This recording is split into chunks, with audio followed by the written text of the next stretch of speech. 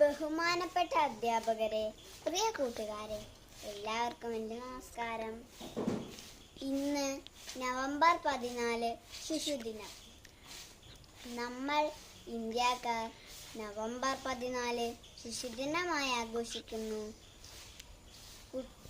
കുട്ടികളെ ജീവനതുല്യം സ്നേഹിച്ചിരുന്ന ജവഹർലാൽ നെഹ്റുവിൻ്റെ ജന്മദിനമാണ് നമ്മൾ ഇന്ത്യക്കാർ ശിശുദിനമായി ആഘോഷിക്കുന്നത്.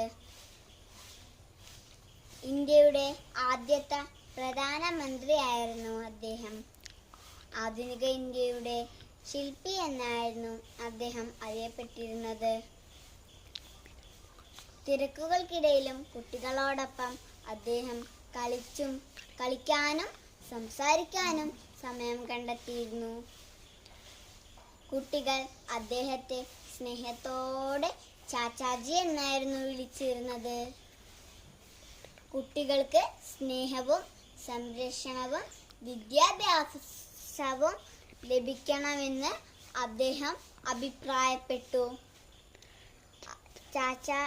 ചാച്ചാജി ആഗ്രഹിച്ചതുപോലെ തന്നെ നമുക്കും പഠിച്ചു വളർന്ന് രാജ്യത്തിനു വേണ്ടി പ്രയത്നിക്കാം. നന്ദി, നമസ്കാരം. ജയ് ഹിന്ദ്.